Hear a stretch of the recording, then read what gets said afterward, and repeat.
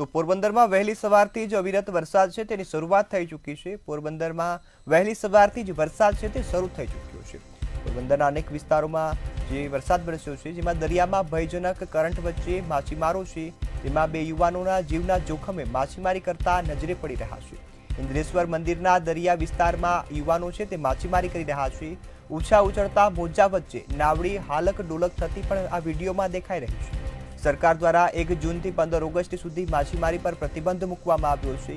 આવી પરિસ્થિતિમાં માછીમારી કરવી કેટલી અંશે યોગ્ય એ પણ સવાલ ઊભો થાય છે।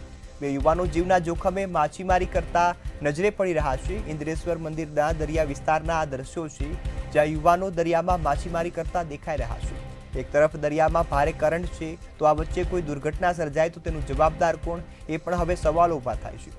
પોરબંદરમાં વહેલી સવારથી જ વરસાદની શરૂઆત સાથે દરિયામાં જે ભયાનક કરંટ છે તે વચ્ચે માછીમારી કરતા હોવાના જે દ્રશ્યો છે સામે આવ્યા છે। બે યુવાનો ઇન્દ્રેશ્વર મંદિરના દરિયામાં માછીમારી કરી રહ્યા છે તેના દ્રશ્યોમાં જોઈ શકાય છે। ઊંચા ઉછળતા મોજા વચ્ચે આ યુવાનો છે તે માછીમારી કરી રહ્યા છે। ત્યારે હવામાન વિભાગની આગાહીને પગલે હાલ પોરબંદરના દરિયામાં છે તે ભારે કરંટ જોવા મળ્યો છે। આ વચ્ચે સરકાર દ્વારા માછીમારી પર પ્રતિબંધ પણ મૂકવામાં આવ્યો છે। ત્યારે આ વચ્ચે આ દ્રશ્યો સામે આવ્યા છે જેમાં નાવડીમાં બે યુવાનો છે તે માછીમારી કરી રહ્યા છે। બે યુવાનોના જીવને જોખમ થાય અથવા તો કોઈ દુર્ઘટના સર્જાય તો તેનું જવાબદાર કોણ એ પણ હવે અહીં સવાલ ઊભા થાય છે। દ્રશ્યોમાં જોઈ શકાય છે દરિયો એકદમ ખતરનાક કરંટ સાથે મોજા ઉછાળી રહ્યો છે અને આ વચ્ચે માછીમારી કરવી એ ખૂબ જ ખતરનાક સાબિત થઈ શકે છે। ત્યારે દરિયામાં ભારે કરંટ સાથે હવે વરસાદનું પણ આગમન થયું છે। આ વચ્ચે ભારે કરંટ જોવા મળ્યો છે ત્યારે દરિયામાં ભારે કરંટ વચ્ચે આ દ્રશ્યો સામે આવ્યા છે જ્યાં માછીમારો માછીમારી કરી રહ્યા છે। હાલ તો માછીમારી પર પ્રતિબંધ મૂકવામાં આવ્યો છે। ચોમાસાની ઋતુને ધ્યાનમાં રાખી અને માછીમારોની સલામતી માટે આ નિર્ણય લેવાયો છે। તેમ છતાં પણ ગેરકાયદેસર રીતે માછીમારો છે તે દરિયામાં માછીમારી કરી રહ્યા છે જેના વિડીયો સામે આવ્યા છે, દ્રશ્યો સામે આવ્યા છે। ત્યારે આ ઘટનામાં કોઈ દુર્ઘટના સર્જાય અથવા તો કોઈનો જીવ જાય તો તેના માટે જવાબદાર કોણ એ પણ અહીં હવે સવાલ મોટો ઊભો થાય છે।